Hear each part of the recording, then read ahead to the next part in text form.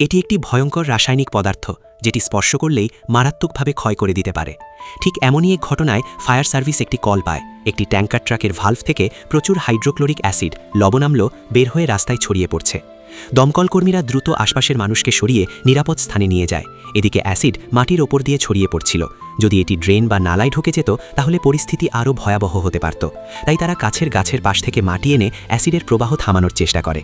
কিন্তু যখন একজন কর্মী ভালভ বন্ধ করতে যায় তখন দেখা যায় অ্যাসিডের ক্ষয়ে ভালভটি নষ্ট হয়ে গেছে, বন্ধ করা যাচ্ছে না, বরং লিক আরও বেড়ে যাচ্ছে।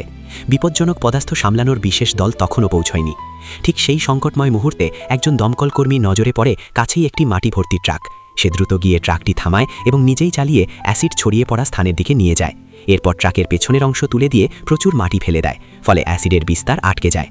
অন্যদিকে তার সহকর্মীরাও চেষ্টা চালিয়ে অবশেষে ভালভটি নিয়ন্ত্রণে আনতে সক্ষম হয়। এভাবেই বড় একটি দুর্ঘটনা থেকে রক্ষা পাওয়া যায়।